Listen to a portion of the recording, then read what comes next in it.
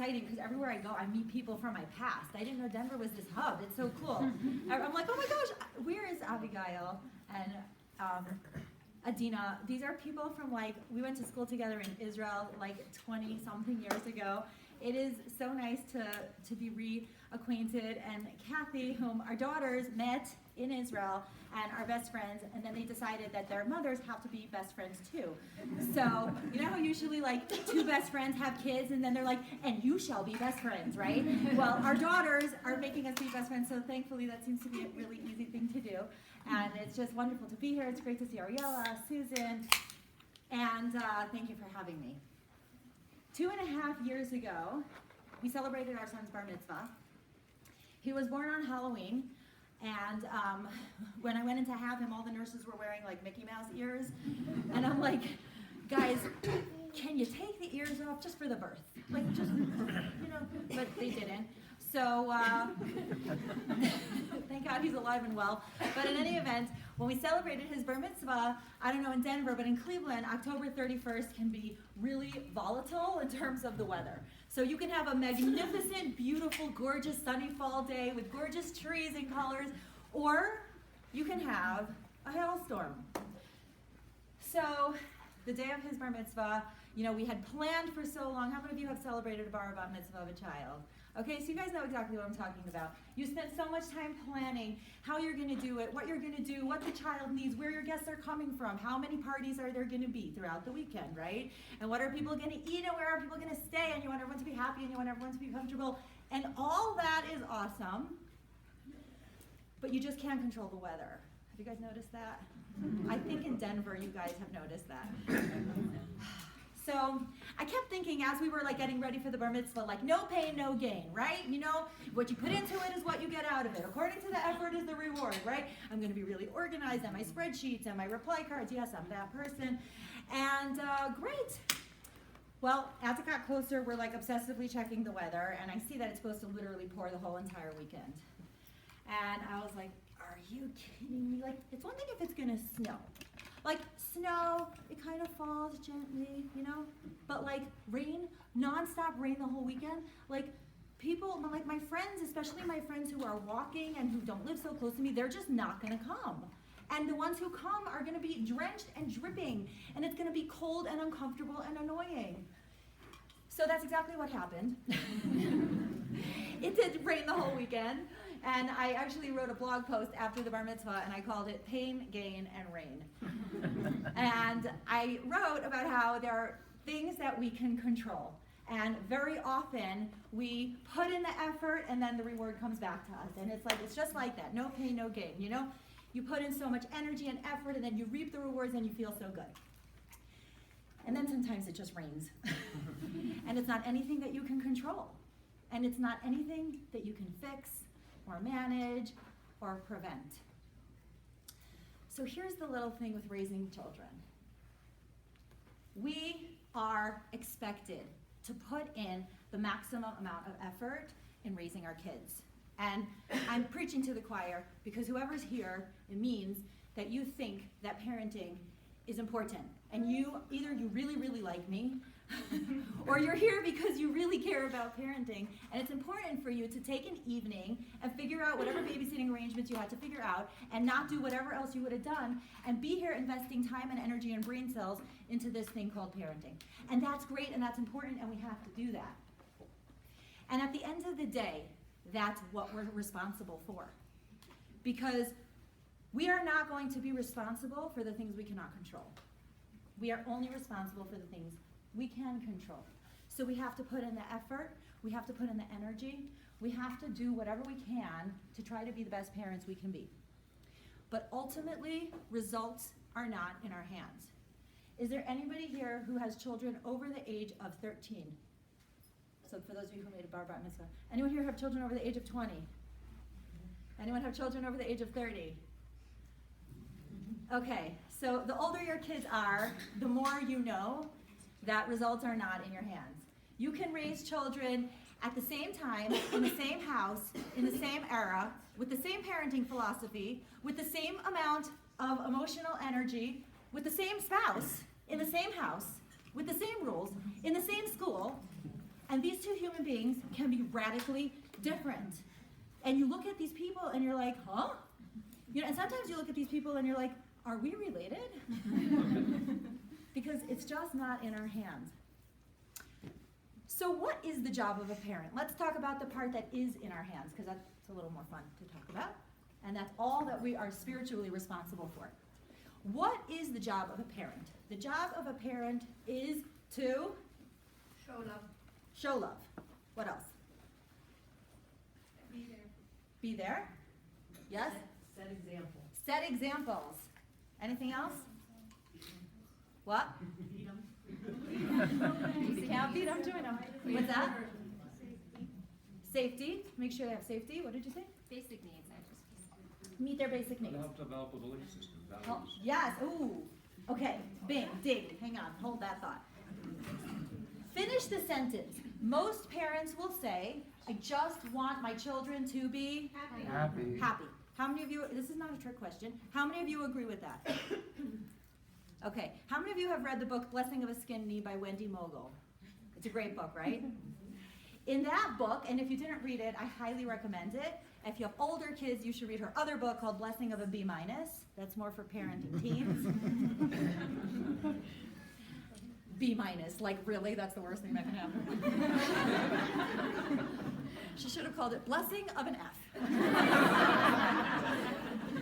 All right, so in her book, she talks about how many parents want their kids to be happy, but according to Judaism, that's not actually the job of a parent, is to make sure that your child is happy.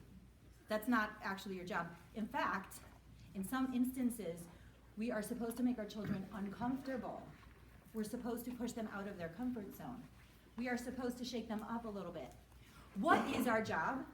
If it's not to make sure that our kids are happy, because quite honestly, sometimes bizarre things make them happy. So then what is it? Maximize the potential. So yes, the way she phrases it though, I think is really beautiful, very insightful, and extremely Jewish. The job of a parent is to make sure, and I'm not trying to be morbid, that there are good people left in this world when we're gone. I'll repeat that. The job of a parent is to make sure that there are good people left in this world when we're gone. And how do we do that? By giving them a value system, by giving them values, by giving them beliefs, via that helping them reach their potential, and many of the other things you said. If we're not meeting their basic needs, then we can't even start to teach them anything. If we're not giving them love and care and affection, they won't trust anything we say. We obviously are going to do all those things, and we love them, and we care about them, and we do want them to be happy. But when parents let their child's immediate happiness take priority over the values that they're supposed to be teaching them, that's where things go awry. So the primary job of a parent is to be a teacher of values. And very often we want to know, why aren't they learning this stuff at school? They should be teaching them this. What are they learning from their friends? Education is important and amazing. But parents have to remember that they are the primary educators in their children's lives. It cannot be delegated. It has to be partnered. It has to be shared. It has to be shared with people who share your values.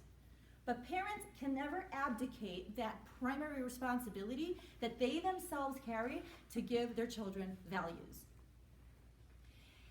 And therefore, if it is our job to teach our children values, then how do we know what those values are, and how are we supposed to teach them? So fortunately, we have a very good parenting manual.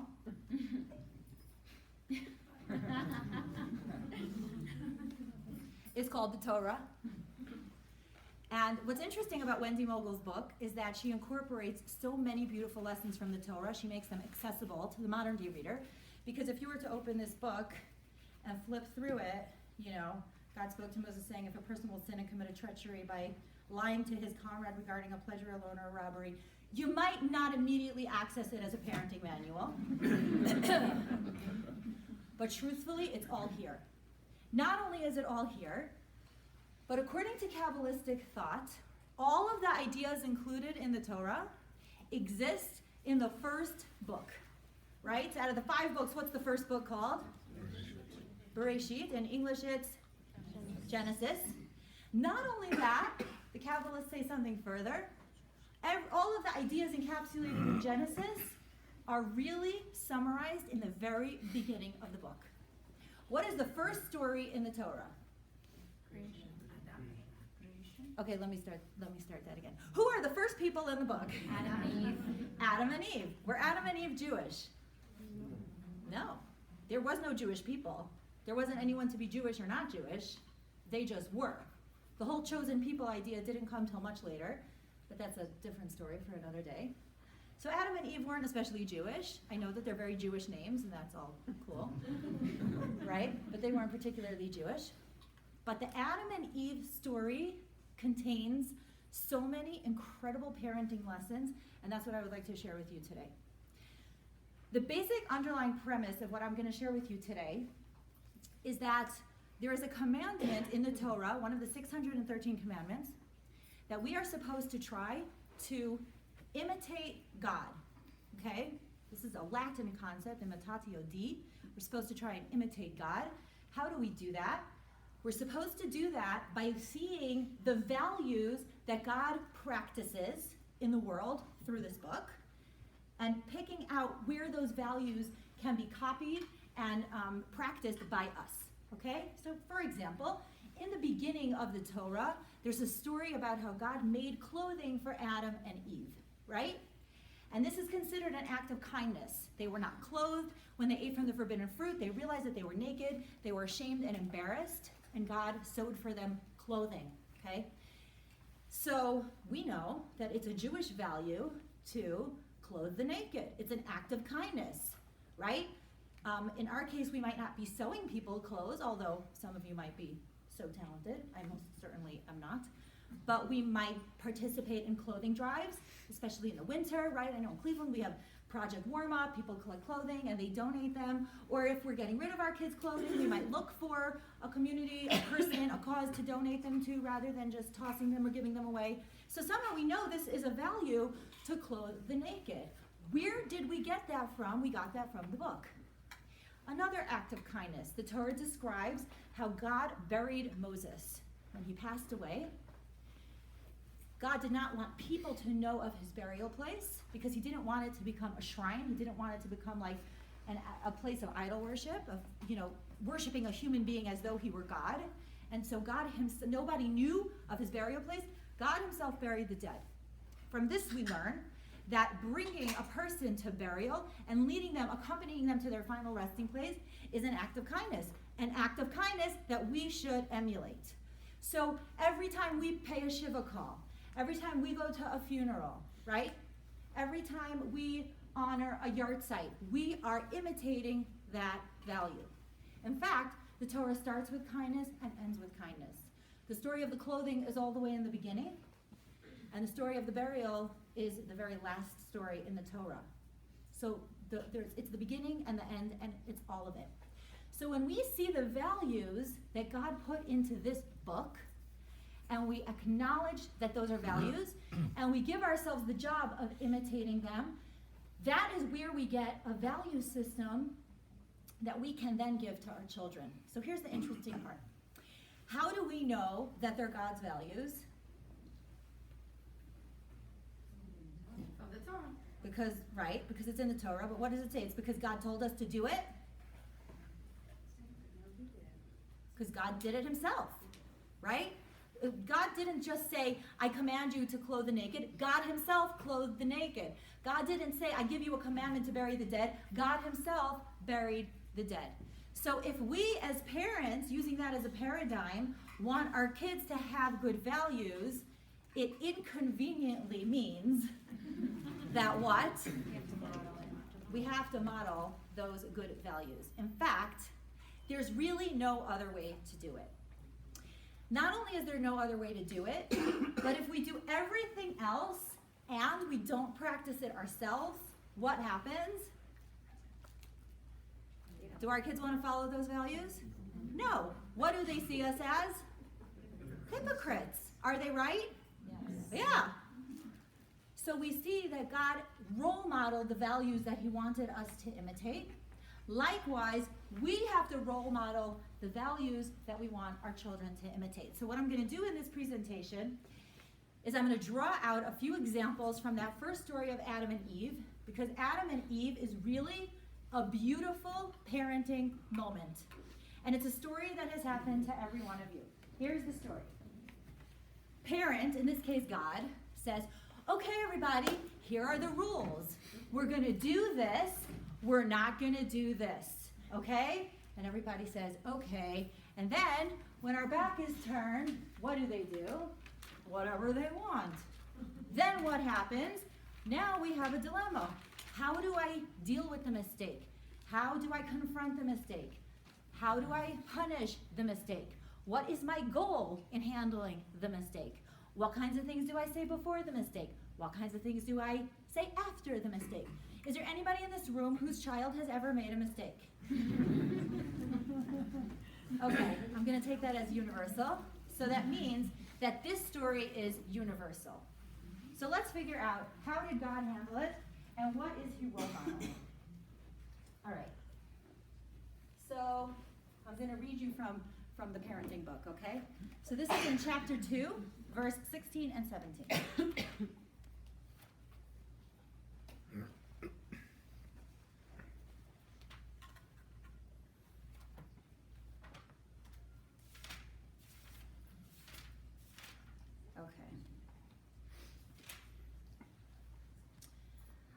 And Hashem God took the man and placed him in the Garden of Eden to work it and to guard it.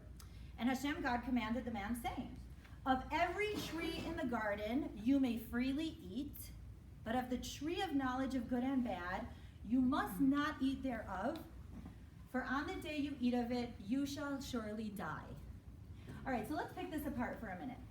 First of all, God did not only say what they can't do, right? What did God say first? What you can do. Now, what do we learn from this? When you make something off limits to your child, you have to give your child options. You have to give them alternatives.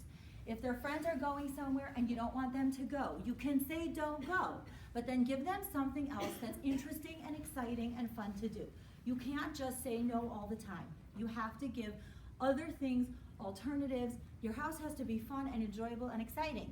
If you're always saying no and you're never saying yes, then the likelihood of your child wanting to adopt your values is not very high. Now God says, on the day you eat of it, you shall surely die. Okay? So this is what we call a threat. How many of us have issued threats in our parenting? Now, how many of you are those parents who are like, I'm only giving you one more chance. This time I'm only giving you one more chance. No, this time I'm really only giving you one more chance, okay? If you've ever been guilty of this, you can give a little embarrassed wave, okay? Or you count until 3. Or right, you count until 3, but really you count until 2, and then you count until 2 and a half, and then you count until 2 3/4, and the fractions become increasingly mathematically complicated because you never really want to get to 3. All right? So if you notice, God doesn't do that. He says it once. Once. And you know what? He really means it the first time. Think about that. Right? Now, I don't know about you guys, but my kids have a tactic, and that tactic is called what? Now, when they say what, it can mean a variety of things. Either it can mean, I really don't like what you just said, so I'm trying to buy time because I'm hoping that the second time around you're going to say something much more pleasant, like let's all go out for pizza.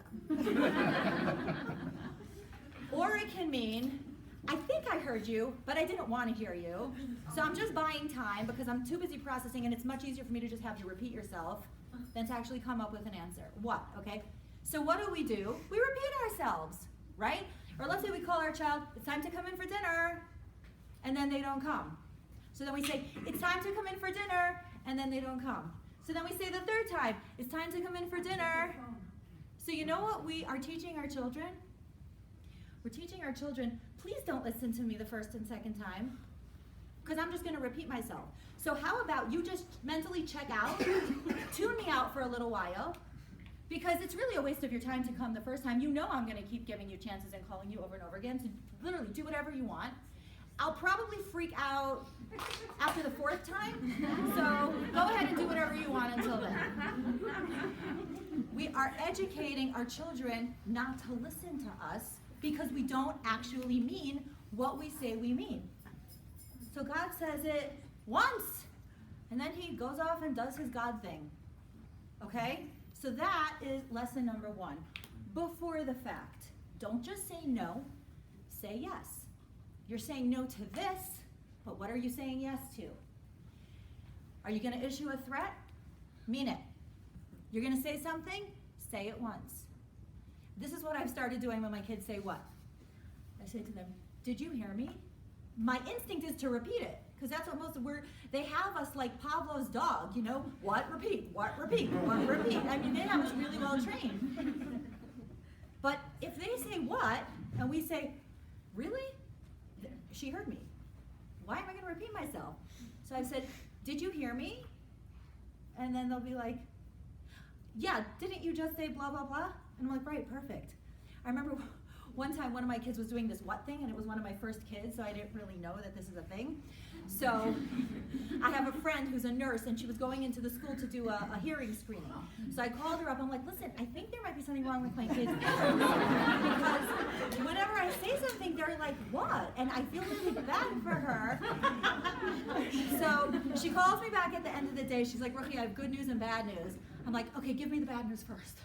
She goes, the bad news is your kid's hearing is fine. I said, what's the good news? The good news is your kid's hearing is fine. I'm like, oh, I'm in trouble. And I created that monster, okay? So that is the first lesson that we're learning from the book, is giving choices and meaning what we say the first time. There is an amazing quote that was said by a Hasidic rabbi who lived in the town of Boston, who was called the Bostoner Rabbi. If you guys ever have a Hasidic rabbi here in Denver, you can call him the Denver Rabbi. So he was called the Bostoner Rabbi, and this is what he said. Free choice is one of the greatest things that God has given the human race. Unfortunately, he has also given it to our children. We have to give our kids choices, right? We want to make those choices compelling. We want to always show them that there are things they can do, there are things they can't do. It's not always no, but when we say no, we really mean it. So that's lesson number 1.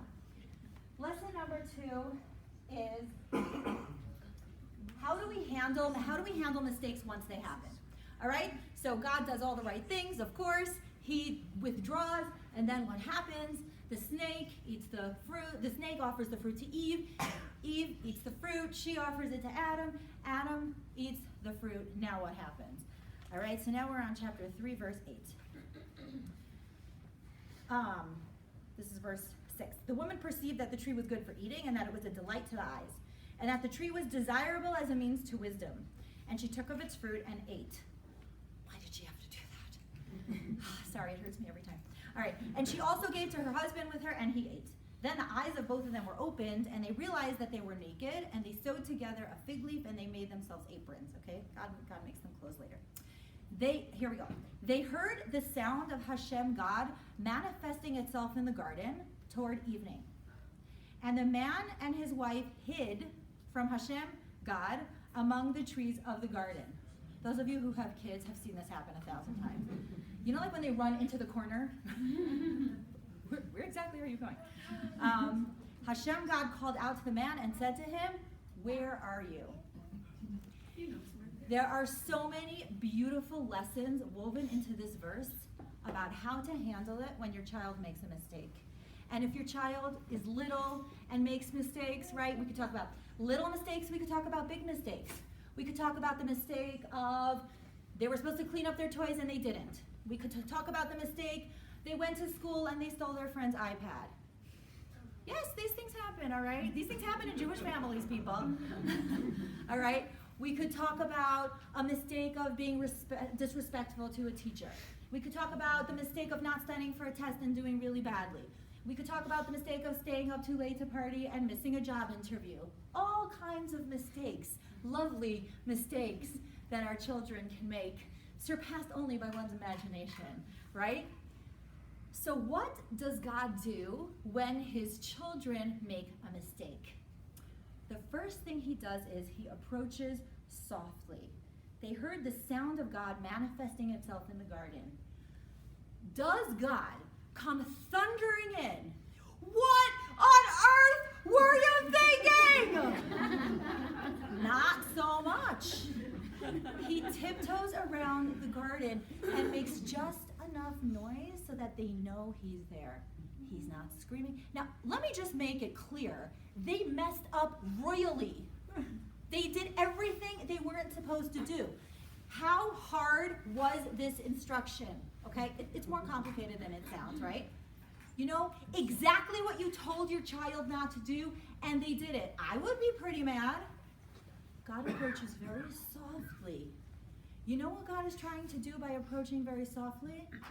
He's just trying to open the door to a positive and constructive conversation. What is the best way for a person to fix a mistake that they have made? When they themselves recognize what they've done wrong. Everyone around you could see that you are making a mistake, but until you realize it yourself, it's not really going to be the time to change. And in fact, if you yourself don't see that you've made a mistake, people, I know this is hard to stomach, but people yelling at you is usually not going to be the right path, right? When's the last time you said to your kid, "What on earth were you thinking?" Right? Which is obviously a completely rhetorical question. There is no good answer to that question, right? And then your child responded by saying, "You are so morally superior to me in every way. How could I not have had my eyes enlightened to your wisdom? I should have listened to you the first time. Thank you for educating me in the proper path." That has never happened in the history of mankind. Right? How do you feel when you are pulled over for speeding and the cop is mean to you? Does it make you want to say, "You're so smart, officer. I so value your teaching me safety for the goodness of all humankind who lives in this neighborhood"? No, he acts obnoxious, you feel like acting obnoxious. He acts nice, you feel like acting nice, right? If he's kind of nice to you and he's like, "Listen, I know it's kind of hard to see the posted speed limit signs. I know, officer, and I really was going too fast." Kind of reciprocal, right? So here God enters very softly into the garden. What does he want to do? He wants to draw the awareness of his children out by themselves, not from him coming in there with fire and brimstone, but just by being a calm, safe presence. And then what do Adam and Eve do? They run and hide in the corner. Now, let me just point something out. They're Adam and Eve. They don't have parents. God made them, okay? And then God talked to them. And then they talked back to God. Like, they didn't struggle with their belief, okay? And here, they made a mistake, and they hear God's presence in the garden, and they start hiding from God? Did they really think they were going to hide from God? But what was the story is they were embarrassed. They were painted into a corner. They didn't know what else to do. You know, sometimes you make a mistake, and you really realize that you've messed up, and you're so uncomfortable, and it's so embarrassing, and you really just don't know what to do, so you just kind of avoid the situation. You try not to meet the person that you messed up with, and you let their phone calls go to voicemail, right? We've been there. It's uncomfortable, and we don't know what to do with ourselves. That's where they were. So God asks them one question, and this is what he says.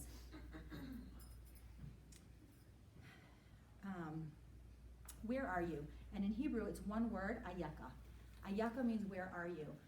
The words where are you do not just mean a question of physical proximity.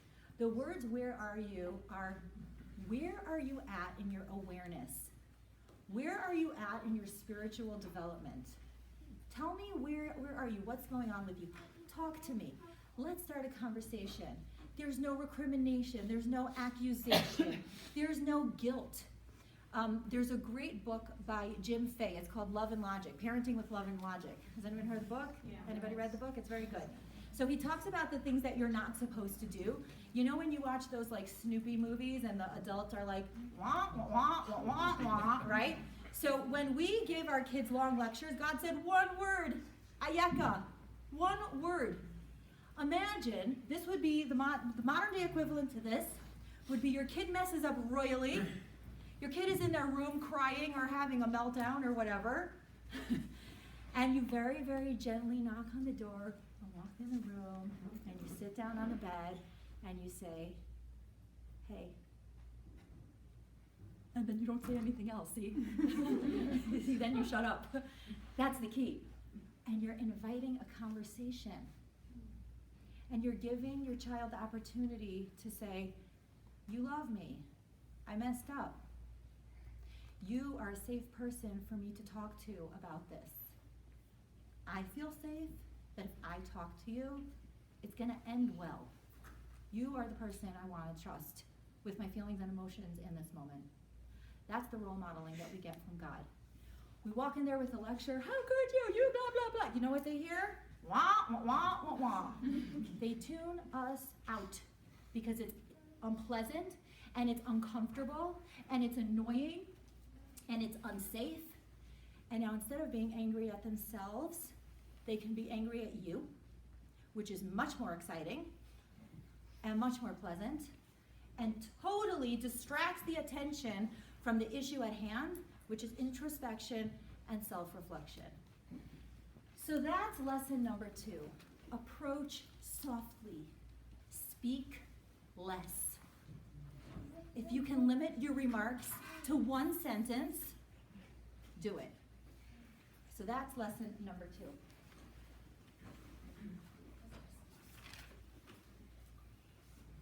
Lesson number 3 is about letting the consequences fit the crime. This is the next value.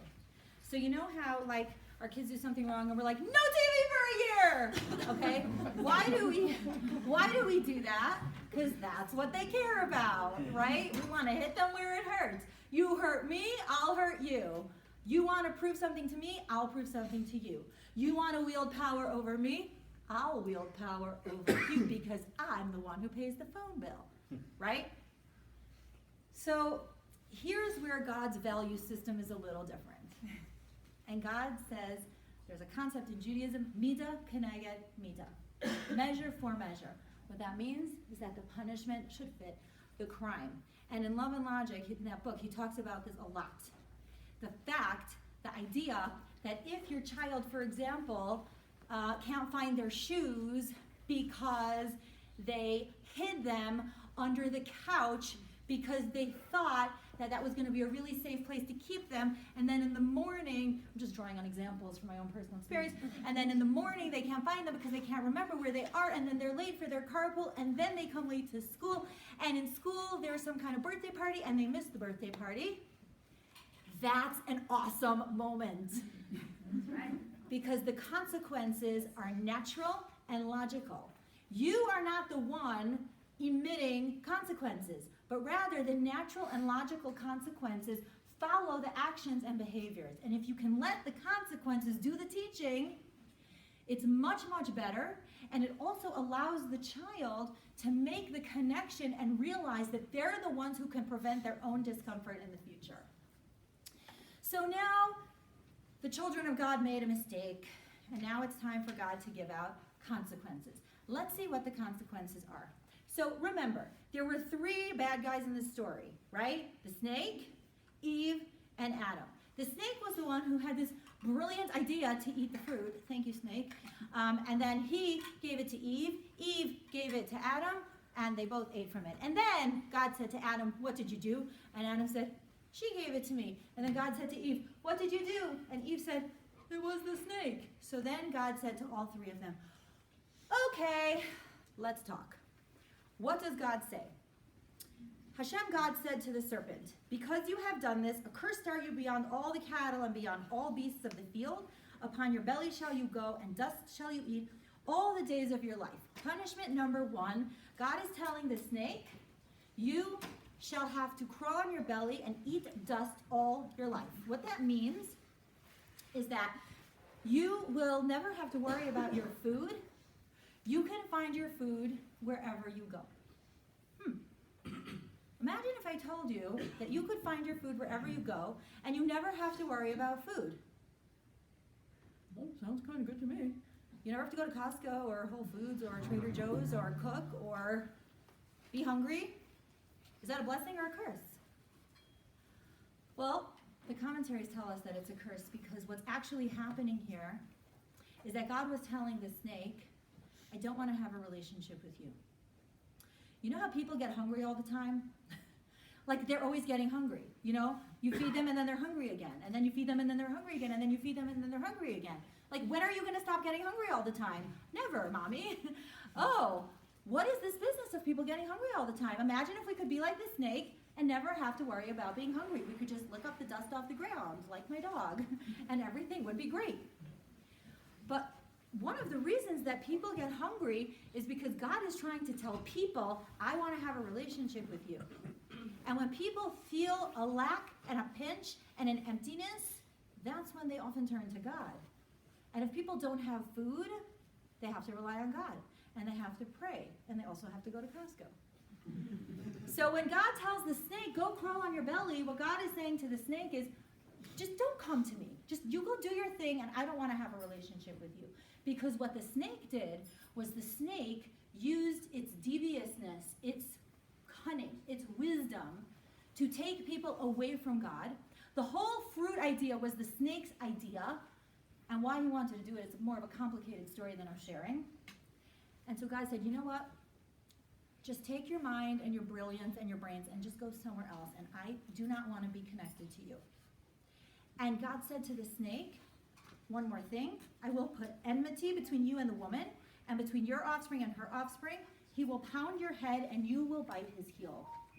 So now God says this, you, snake, conspired with humans to go against my will. Well, guess what?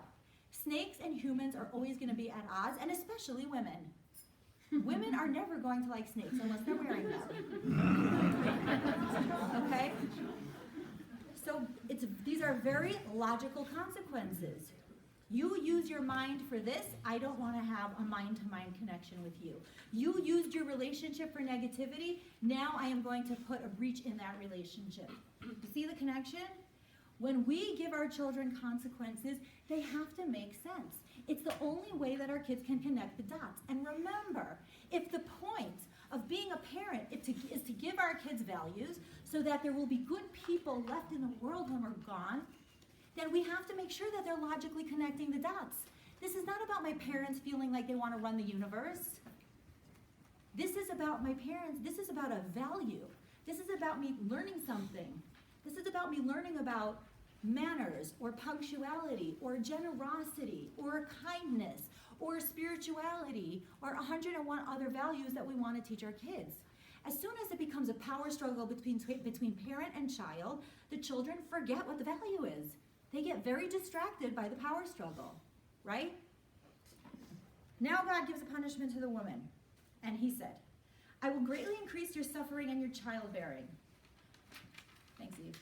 In pain shall you bear children. Yes, your craving shall be for your husband, and he shall rule over you.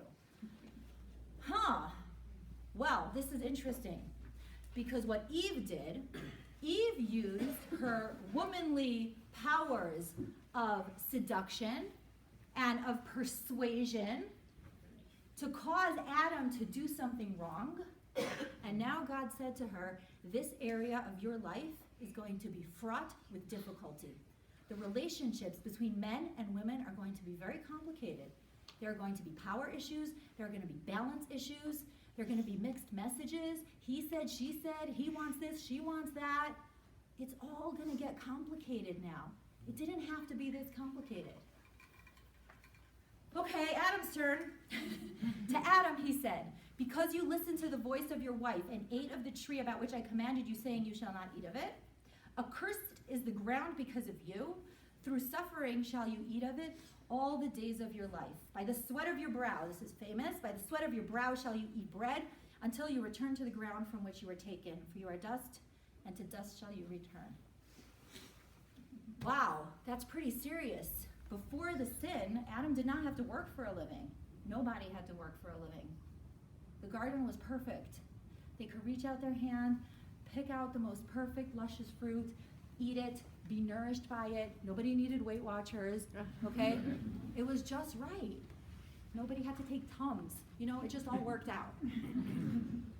But now what did Adam do? God said to him, these things eat. These things don't eat.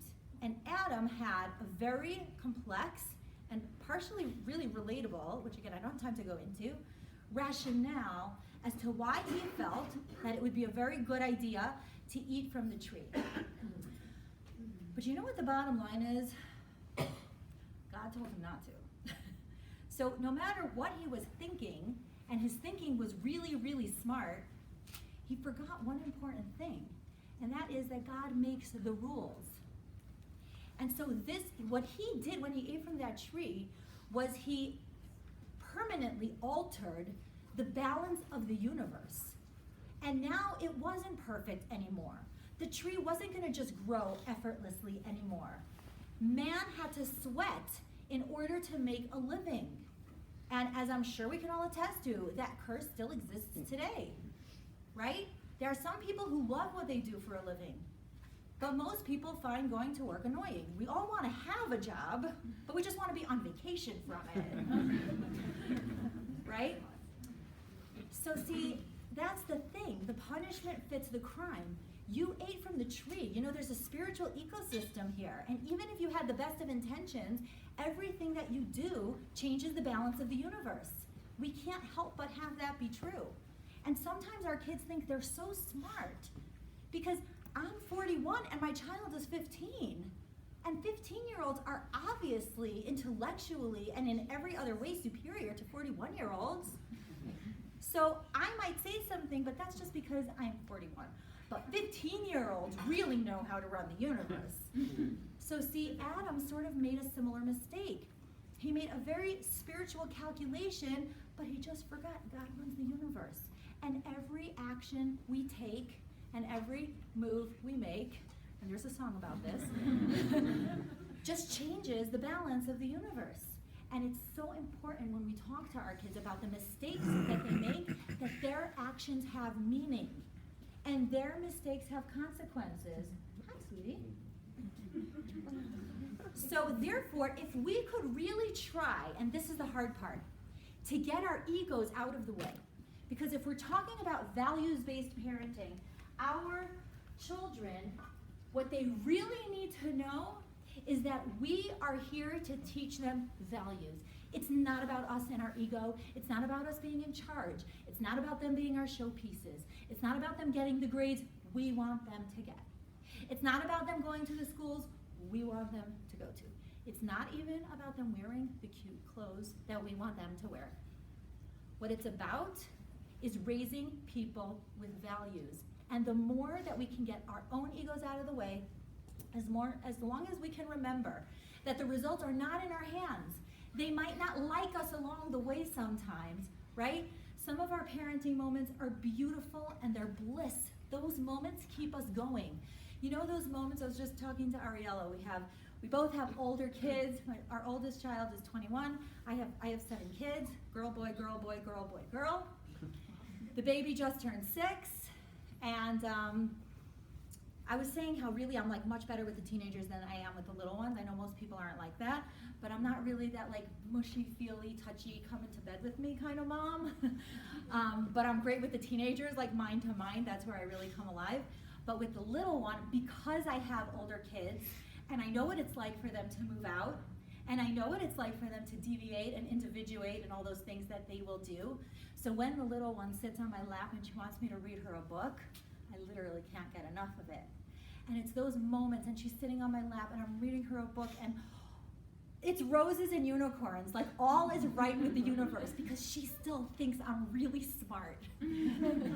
But I know at the same time that that's not gonna last forever. I even said to my 12-year-old, I said, because she's one of those really super sweet, loving preteens, like she didn't hit the fan yet.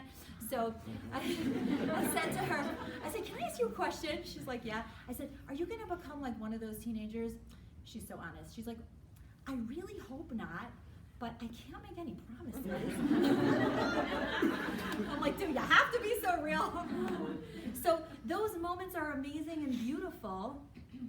And those are the moments that really cement that relationship, those moments of love, those moments of caring, those moments when our kids really see that we're there for them. We're at their performances and we're at their big moments, and it's birthdays and it's holidays and it's Shabbat, and it's all those amazing, beautiful moments. And because of those moments where the connection is formed and the bond is strong, that we can afford to give over our values when they're unpopular. We can afford to say it and mean it the first time, even though they're freaking out and melting down, because they know we love them. And we have to remember so clearly, the whole point of this exercise is to transmit values to the human beings we care about most in the universe, and to make sure that there are good people left when we're gone. Before I close, I want to share a few of my most favorite parenting lessons from the Torah. Those are the values that I love most from the story of Adam and Eve. The idea of giving choices, the idea of stating clearly in advance what you mean and really meaning it, saying it once. After our children make mistakes, the idea of approaching them softly and very carefully and respectfully, opening a conversation, saying as little as possible, not criticizing, not lecturing, not thundering, making the consequences fit the crime, so the children have the ability to connect the dots logically and give those values a chance to really settle in.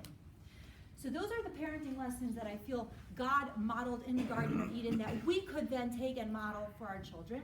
And I want to close with a couple other of my favorite parenting mantras from the Torah that have helped me get through it.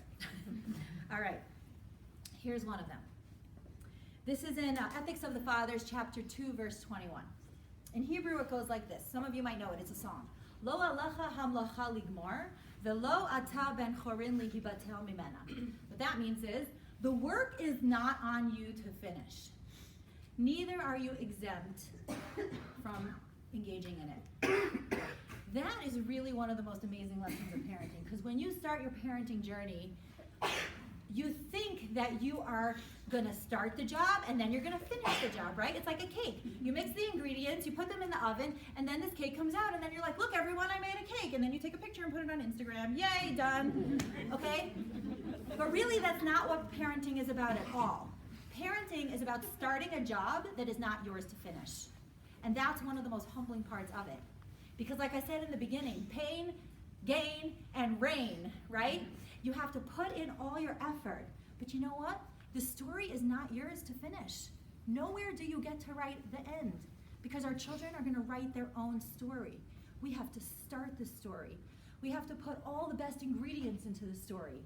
We have to fill that story with love, values, role modeling, connections, positivity, spirituality, conversations, difficult moments. We have to go through all those things, but the story is not ours to finish. It comes time when we have to take a step away and say, okay, little bird, go fly now. And then we have to take another step away and say, okay, bird, you can leave the country now. And then we take another step back and say, oh, you're getting married now? Okay. Right? And on and on and on. So the job is not ours to finish, but neither can we just throw up our hands in dismay and say, what am I supposed to do? Okay, so that's one of my favorites. The next one, and this is really something that was told in the story, and this is from the book of Proverbs, chapter 15, verse 21. A soft answer turns away wrath. So one of the biggest pitfalls that we'll experience in our parenting is something called anger. Every parent in the world has sometimes gotten angry, okay? Some people are better at hiding it than others. Some people are good at disappearing for a while until it passes. Others make the mistake of talking. But every parent has experienced this emotion. So the Torah tells us, here's the fix for being angry. Speak softly. And it doesn't say carry a big stick. Speak softly. Now, my kids know that when I start to speak like this, I'm really, really angry, and they should go as far away from me as possible, like right now, okay? Because that means that there is so much anger to control, and I know that if I don't put a lid on it, I'm gonna do something I really regret.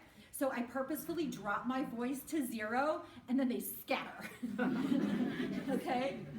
But it really brings down the heat of the moment. Even though I'm cooking on the inside, but I'm speaking softly on the outside, and it just brings the emotionality of the moment down. Even biologically, I can feel my heart rate starts to slow, my body temperature starts to return to normal, right? The physiological symptoms of anger start to calm down.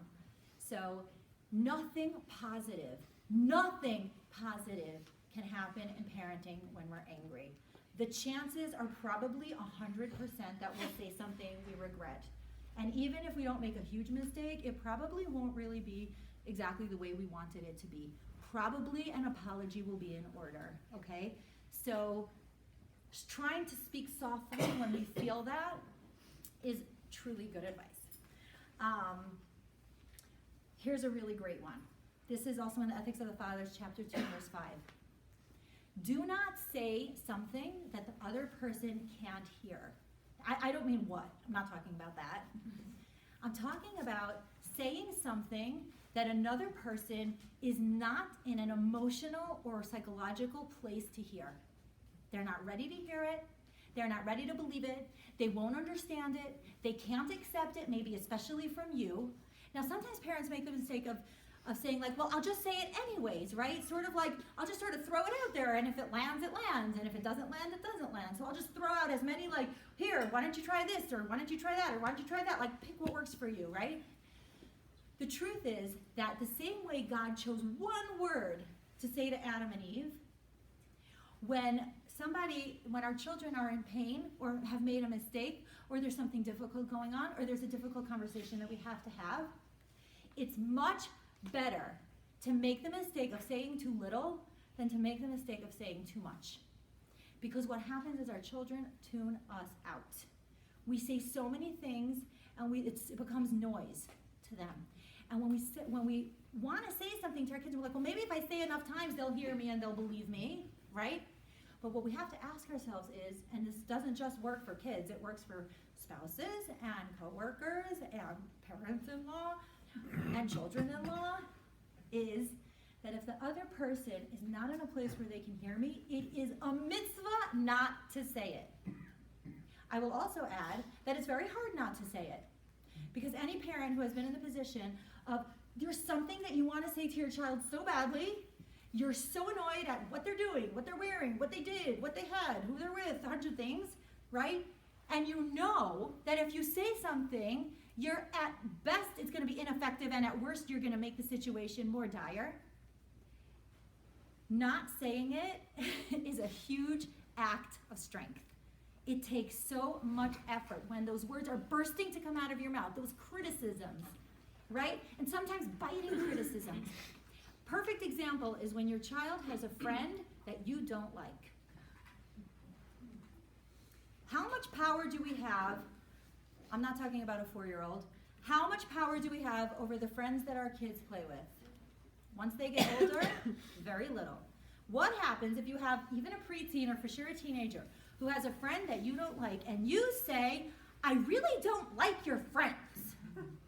Now what does your child want to do? Be with them more. Because now you have set up a power struggle, parents versus friends. Go ahead, teenagers, you pick. They're almost certainly going to pick their friends. So we're itching to say something, but saying something will only make it worse. It's a mitzvah to say nothing, and it's hard, and it's very good advice. I'm going to do one more, and then I'm going to take questions at the end. Finally, I would like to end with this one. This is in Ethics of the Fathers, chapter 5, verse 27. 3 words, and this really encapsulates, I think, almost everything we need to know about parenting. Lifum tsa'ara agra. According to the effort is the reward. You know, in the world of business, in the world of money, commerce, politics, people don't really care that much how hard you try. They care what you deliver, right? Let's say you hire a financial planner to invest your money, okay? And a couple months later, your financial planner tells you, listen, I don't know what to tell you. Like, I really tried my best, but you actually don't have any money left. How well is that going to go over? Not very. I don't really care that much about your motivation and your intention and your effort. I care about results. Or you hire a party planner to do an event, right? And the party planner says, I meant really well, but I didn't actually do anything for your party. Not okay. That is not going to hold water. But the Torah tells us that in God's world, actually, intention, effort, motivation are everything. Now imagine if we parented our kids this way. Imagine if we looked at the process and not the product.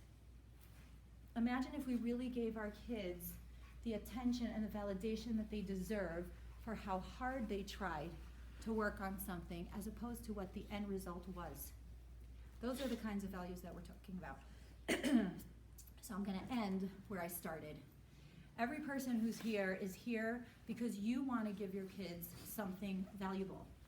And you hold the key to your child's values. Because even though I started out by saying that results are not in our hands, every act, every successful act of parenting, every amount of energy, effort, prayer, learning, role modeling, validation, love, not saying the things that they can hear, saying as little as we can, letting the consequences do the teaching, showing them that according to the effort is the reward.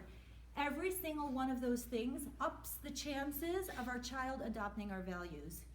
And that's what we're here for. And according to the effort is the reward. However hard you try to be a parent, that has immeasurable results. So I will end with a blessing and then I will take questions.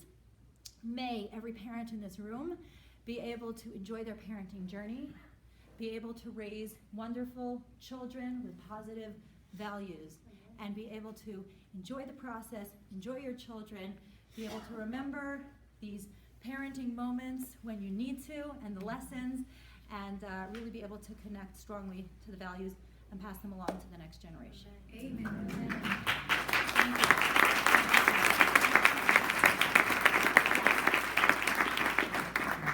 So you said about the friends, and that's where I struggle the most.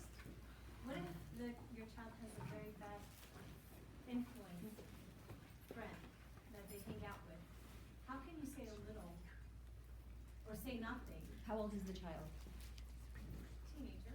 Okay, a teenager. Good. Good. That's my favorite kind. So, you cannot tell your child, I really don't like your friends, right? That's called criticism. Teenagers relate badly to criticism. What you can and should do is open a conversation. The same way God wrestled over into the garden and just asked very gently, where are you? Open a gentle, non-critical, non-judgmental conversation. Really listen to what your child has to say. You know, sometimes it's really not what it seems. Sometimes we think we know what's going on with our friends and their kids, and we're wrong. We're wrong. Sometimes the kids that we think are their great, amazing, A-plus friends are very negative influences. And sometimes the kids that we think for whatever reason are not good friends for them, sometimes they're the ones who actually have good values. I have definitely been wrong at times in my assessment of my kids' friends. If you really want to get to know your kids' friends, draw them closer, invite them to your house, listen to what's going on, be like a unobtrusive observer. How would you start a conversation about something, like if you don't want them to hang out with this type of person, how would you start So the first thing you have to know is that once your child is a teenager, you really can't control who they hang out with. You really just can't. The only thing you can control is the quality of relationship with your child. That's it. You can just make sure that you are non-judgmental, your house is open. You know, let's say your child wants to go somewhere to this friend, you could say, you know, I sometimes wonder about this friend because sometimes I statements, sometimes I feel like blah, blah, blah. Am I totally wrong? Maybe you know something I don't, fill me in. And if the quality of your relationship is generally good, that conversation should go well. Thank you. You're welcome. Any other thoughts or questions? Yes? What should you do when your kids are taught values that you don't necessarily agree with, like at school? Okay, that's that's a very good question. Can you repeat that, please? Yeah, the question was, what should you do when your children are taught values that you don't agree with, like in school, for example? So ideally, when parents are choosing a school for their child, they should try to choose a school that matches their values. Now, what happens is sometimes that the school matches the values, but the people in it don't always match our values. So again, ideally, plan A is we want to try and choose a school where there isn't going to be a strong disconnect between what's going on at home and what's going on at school. So we're setting ourselves up for success. Within that, though, there are always going to be some people at school, whether peers, adults, who will say or do things that we don't agree with. And then the question becomes, again, about the quality of the relationship between parent and child, is that those incidents can become starting points for very valuable conversations that might not happen otherwise. For example, let's say your child comes home from school saying words that you really don't like, okay? Or I don't know, maybe you have another specific example, or you're just asking more generally? No, not specific.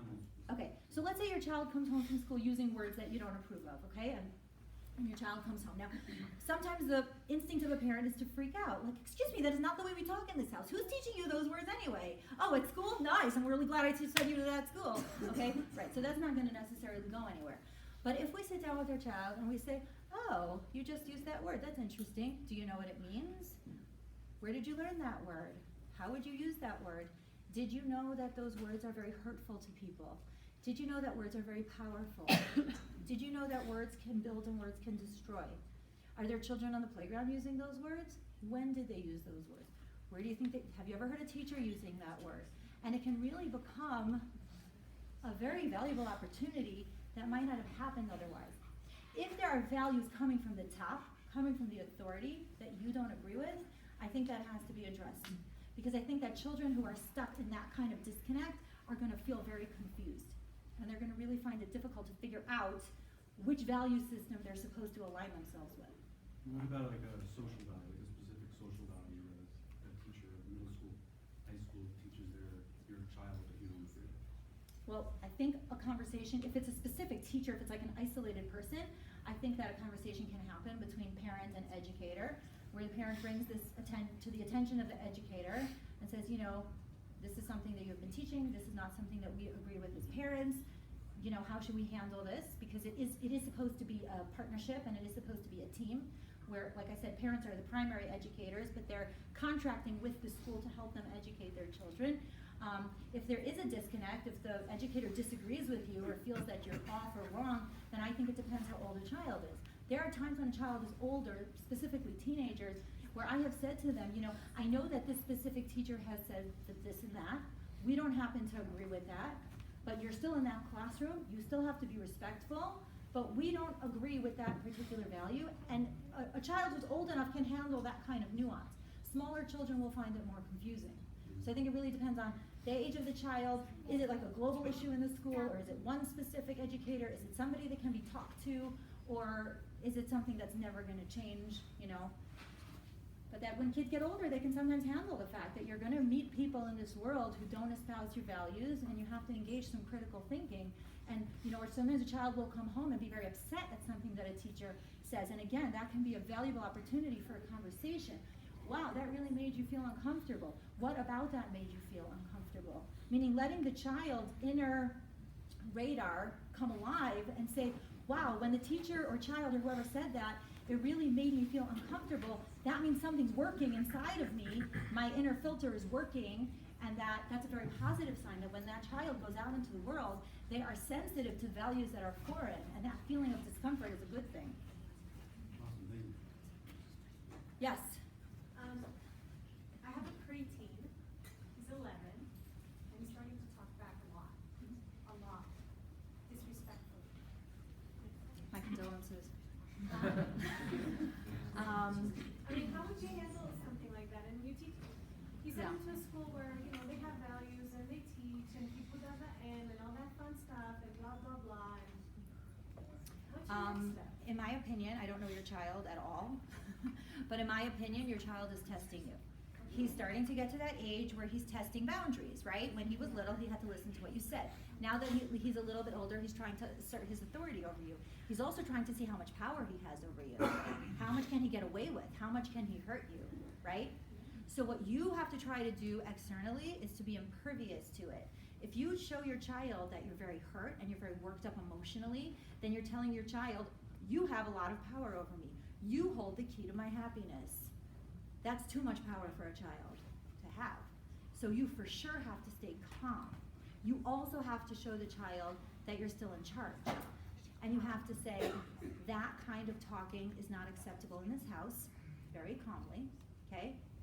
I really want to hear what you have to say because I love you. As soon as you're ready to speak nicely, I would like to hear it. And then you totally ignore the child. Just like that. I didn't say what happens next. But if you really stick to your guns and you really do not respond, he will learn that those words do not have So power. you have every right to just walk away from the room and shut the door. I think that's an awesome technique. I didn't try I do, because what happens so many times is parents engage. Basically, the child is giving you an invitation to a fight. They're saying, hey mom, let's have a fight. Do you want to come? And then the mom says, sure, I'd love to come. Let's have a fight. So instead, when the child says to you, hey mom, let's have a fight. I'll insult you and you'll get mad. Ready? 1, 2, 3, go. And then the mom says, huh. So I think actually I'm going to decline that invitation. See? Very interesting. Were you a psychologist before, or No, my background is in Jewish education. how did you get to this point? I raised a lot of kids. I learned from my mistakes. Yes, ma'am. How do we handle these fights? Okay. So this is my approach with kids fighting. There are 2 possibilities. Possibility number 1 is one child is always the bully and one child is always the victim. That's rare. Okay? Possibility number 2 is kid number 1, often the girl, does something passive aggressive to annoy the boy. The boy then wallops the girl. The girl then comes crying to her parents saying that her brother is always picking on her. Has anybody lived this situation? Okay. So really what's going on in that situation is they totally deserve each other. See? So really, unless there's a consistent bully and victim, the parents should have as little as possible to do with the fighting. They honestly have to pretend it's not happening. Now, what happens when the child comes running to you for sympathy? Mommy is so annoying! He's the stupidest brother I ever had in my life! So when they do that, it's a little bit hard to ignore. Although you're welcome to try. So what I do in those moments is I do not fall into the trap of playing judge and jury. Okay, what happened? Your turn, your turn. Do you want to cross-examine the witness? What do you guys think, right? Instead, what I do is I give a lot of sympathy and attention to the victim. I say, I'm so sorry that you got hurt. Are you okay? Oh my gosh, you have a scratch. I don't believe it. Do you need a Band-Aid? Come here, sweetheart. Why don't you sit next to me? Okay, then the next person will say, what are you talking about? That is so not true. That is not exactly what happened. You stand there first and you always get, and you always do this and you, right? And then you turn to that person and you're like, I'm so sorry. Look at you. You're so worked up. I feel terrible for you. Oh my gosh, come here, calm down. Do you want a cold drink? Are you okay? You do not get sucked into the drama. You get to be the good guy because you are on everybody's side. Yes.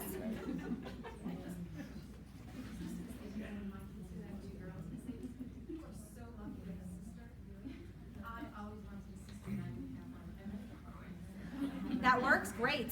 If it works, do it. Yes. I know it's not your sweet spot, but for 5 and unders, Yes. You say, so I've tried to talk quietly, but they just don't let, they can't hear below a certain decibel.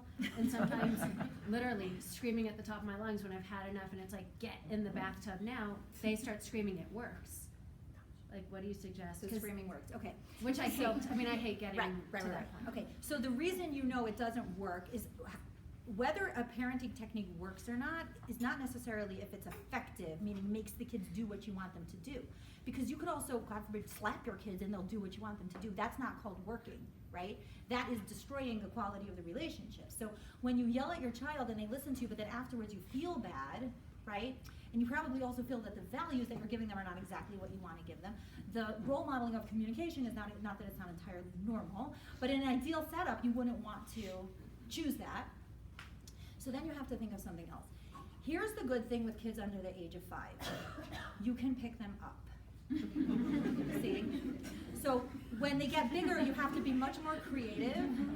But what I have found is when they get totally unreasonable like that at that age, I just stop talking. I bodily lift them into the bath. I pour the water all over them. I do the soap. I do the water. They're screaming. They're flailing and wailing. And I am the worst mother in the universe. I have never done anything right since the beginning of creation. Fine. Ignore all of it. Pick them up. Take the towel. Wipe them down. Put on the pajamas. Mwah, mwah, good night. I love you. Goodbye. Close the door. And I'm not yelling. I'm not yelling. And the same thing, they don't want to get in their car. They don't want to get in their car seat. They don't want to go in the shopping cart. As long as you can pick them up, you have a certain degree of advantage. So that is what I would recommend in that moment. Yes? Yes, I have 2 questions, one for me, one for my wife. And the first one, when a child says, why should I do this? My friends don't do this. Ah, yes. That's one question. Second question, Love that. when do you let your kids decide what they wear? I'm talking about not appropriate clothing for the weather, not for the other kids, whatever, just too Okay. warm to have this kind of stuff. Okay. So firstly, what's our time frame here? How long do I have? Midnight. Okay. All right. So your first question was about why do I have to do this? None of my friends are doing it. Yes. Right. Okay. So really, as kids get older, you do have to be a little bit concerned with what their friends are doing, because to set up your child in a social situation where you are making them different from most of their friends is unfair to a child. Now, sometimes they say, none of my friends, but whatever, and it's totally a lie, okay? So the first thing you have to do is approach that with a lot of suspicion, okay? And I have sometimes said to my child, please tell me 3 kids in your class who are allowed to do this. They can hardly produce a half, right?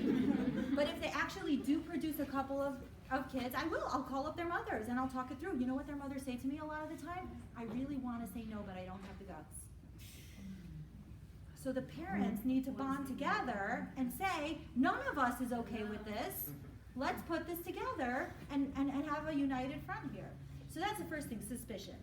If indeed it is really true that your child is different, all the other kids are allowed to do, or most of the other kids are allowed to do something, have something, and your child is the one that's not fair to your kid. It's not. There's one kid in my daughter's class who was not allowed to ever sleep over anywhere. The kid wanted to very badly, and her parents were very strict, and she wasn't allowed to have sleepovers. And it really, this child really suffered socially because of it. So I think it is on the parents to really find out what is true and not true about that. When I have come to the conclusion that it's not most of the kids, it's some of the kids, and they'll say to me, so-and-so is allowed to do this, I'll be like, they are so lucky. I am so happy for her. They have the nicest mother in the universe, you know? And that's kind of just too bad, you know what I mean? Your second question about the clothing and the weather. So I'm a little radical with this. I will never get into that argument with my kids. Never, because love and logic. Let them freeze their patooties off, and then tomorrow they won't wear it. Children will not get sick from being cold. They really won't. They will not let themselves get that cold. And they will also not get sick from being too hot. The less you say about it, the more permission you give them to self-regulate their own temperature. And if it's about how they look, and you look like a weird parent, we just have to get over that. Yes? I just wanted to ask about motivating your child. Like, for example, we have a big problem getting our child to exercise and to move. And we are at our wit's end because she just has to excuse that she shouldn't. It's at the point now that we're thinking of bribing her to do it. I'm all for it, and I'll tell you why. Bribing is when you pay someone to do something bad. Motivating is when you pay someone to do something good. See? I am all for it. I have paid my kids to do there was one kid I paid to take a shower. I am not making this up. There was a kid I paid to get out of bed in the morning. Honestly. Because sometimes kids just need a lot of motivation, and sometimes it's cash. Now, the way I do it, I'm serious, I'm a big fan of this. The way I do it is, if I think it's something that my child will eventually come around to, then at the beginning, the cash prize is higher. And I tell the child at the beginning, this is like a graduated process here, you know, the first week I'm gonna pay you this much, the second week I'm gonna pay you a little less, and the third week I'm gonna pay you less, and eventually I expect you to do this on your own. The idea is that once we get kids into good habits, the habits tend to continue. But there are some kids who really do need a lot of motivation to do certain things, and it's worth it. And you know what? We get paid to do certain things. There are certain things that we wouldn't do if we didn't get paid for them.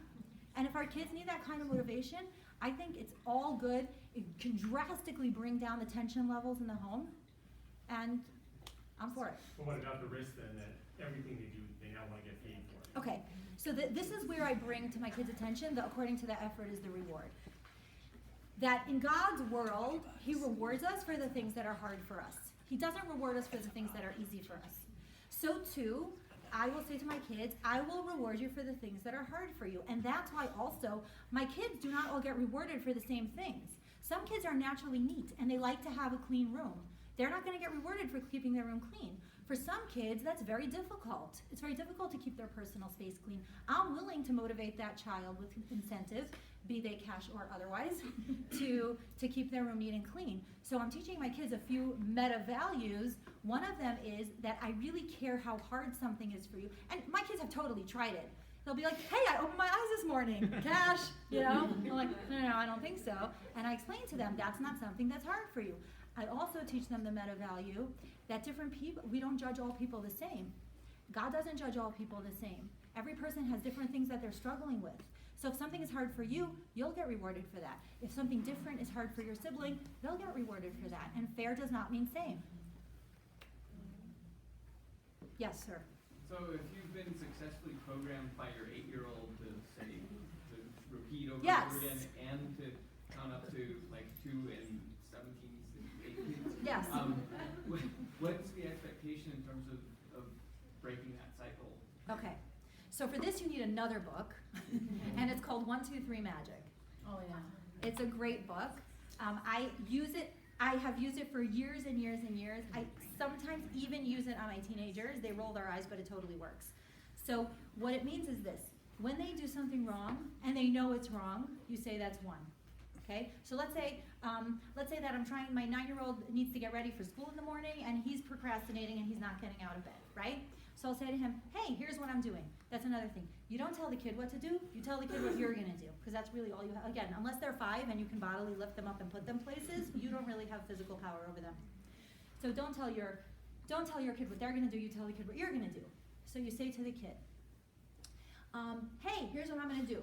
I'm setting the timer for 10 minutes, and when I come upstairs in 10 minutes, I would like for you to be dressed, and if you're not dressed, you're gonna get a 1, okay? See ya. And then you go downstairs and drink your coffee or read your newspaper or do whatever you want.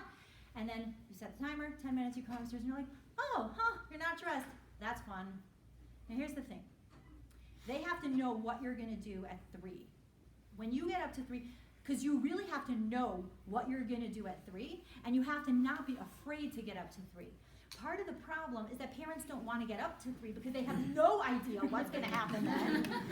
Okay? Or if they issued some ridiculous threat like no TV for a year, or we're canceling your bar mitzvah or something like that, they don't want to get up to 3. They have disincentivized themselves from getting up to 3. I was once at a Little League game and there was this dad there. He was in a chair, he was drinking a beer, he was Mr. Comfortable. And I hear him saying, hey buddy, if you keep doing that, we're going to leave. Hey buddy, if you keep doing that, we're going to leave. I'm like, you are not leaving. Who are you kidding? You are not going to get. And he literally spent an hour saying, hey buddy, if you keep doing that, we're going to leave. So you have to know what you're going to get up to when you get there. So what is it going to be for you? And you really have to, I mean, I think this should be like a brainstorming session the night before or at some quiet moment. Like, what are some things that I can do? Punishment fits crime. You know, I have, in some cases, let's say I'm driving in the car and my kids are acting crazy in the back. There's very little that I can do. So what I've said to the kids is, when I get up to 3, I'm not talking to anyone for 5 minutes. For some reason, they care. I don't know why they care. For some reason, they care, and it's frankly the only thing I have control over. But the punishment fits the crime. If your communication is going to be crazy, I cannot communicate with you. and then I get to not have to answer anyone. But for 5 minutes, they're like, is it 5 minutes yet? Is it 5 minutes yet? And they're testing you because they want you to say, no, it's not 5 minutes yet. And then they're like, hi, you talked, right? So you really have to keep yourself together.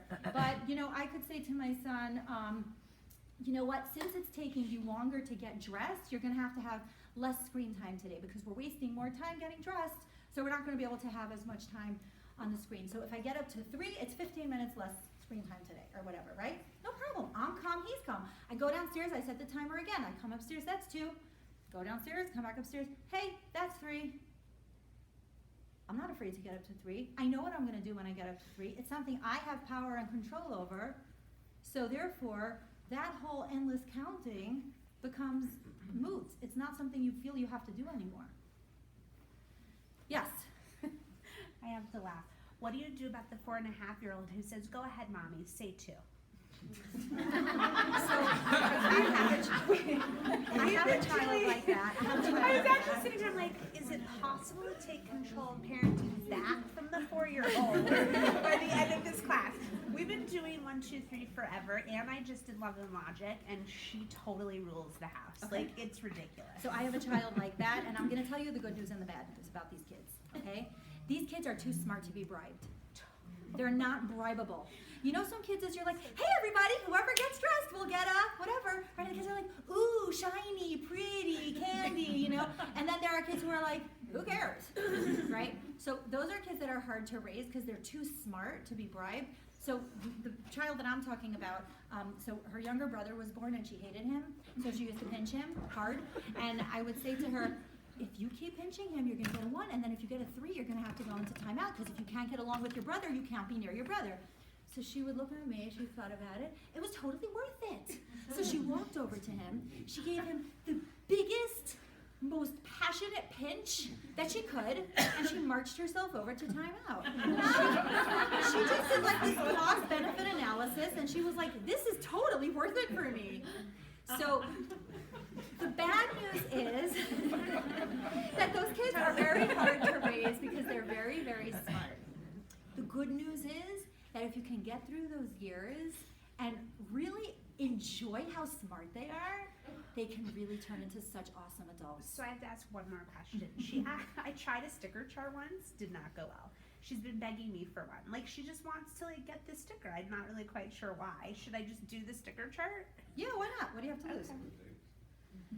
I don't know. Stickers are pretty. Because she's the person that sends herself to timeout if she would rather not listen. So what do you or do in that says, situation when you count to 2? What do you do it.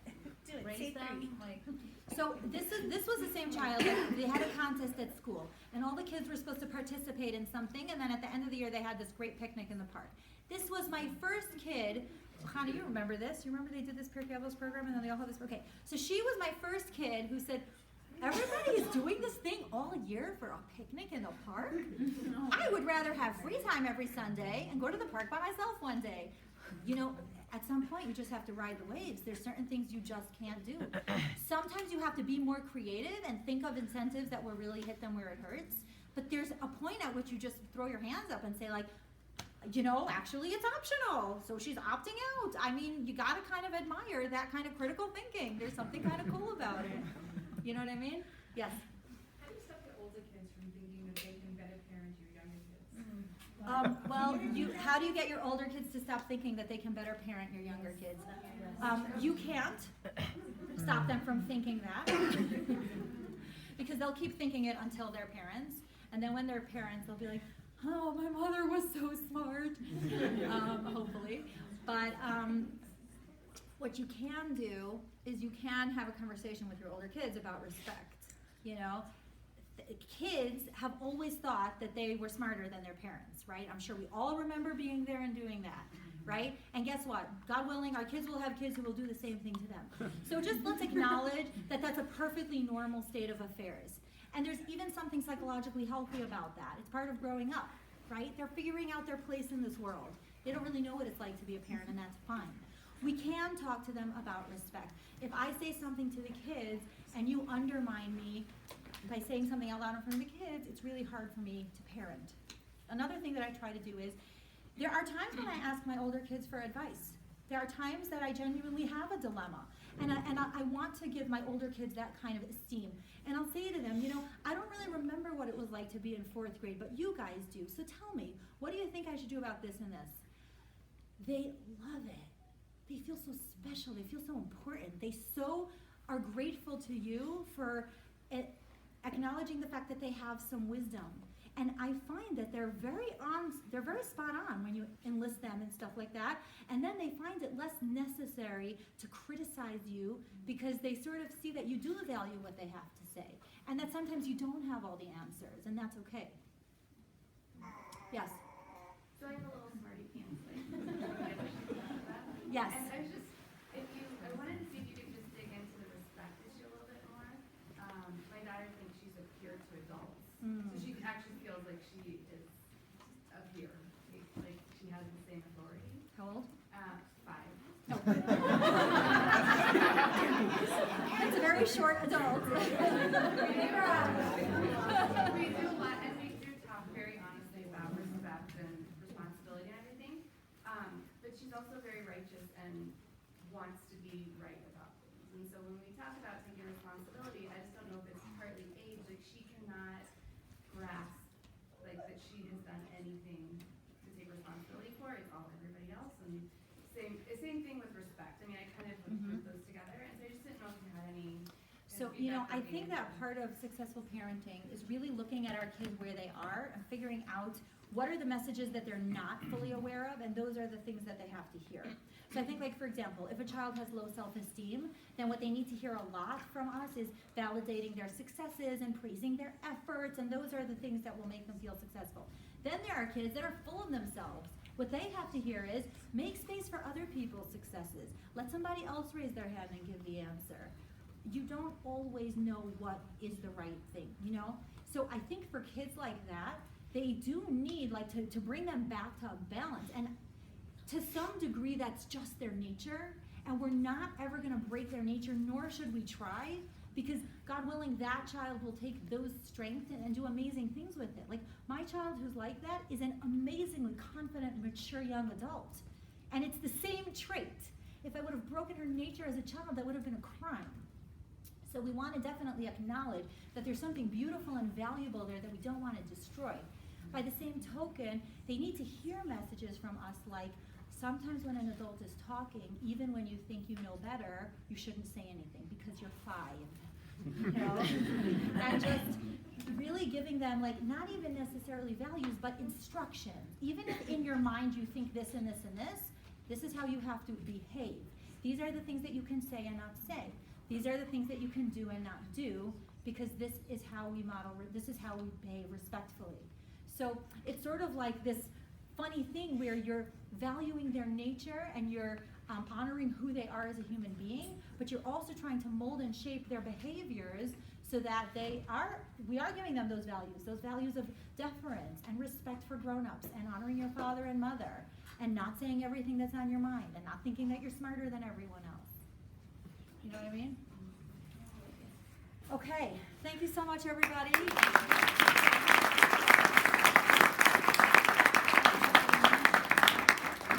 Thank you so much for coming, everybody, out this evening. Just so you know, Ruchi just wrote a phenomenal book on prayer, making it accessible and practical. If anybody is interested in buying one today, she has 15 copies here? 16. You can also order on Amazon, but she'll be selling them outside and signing them if you would like. $20, and they're phenomenal and a great way to take the intricacies of prayer and make it something that can be more practical and meaningful in your life if that's something that you're looking for. So thank you so much for being here, and thank you all for coming. I love you.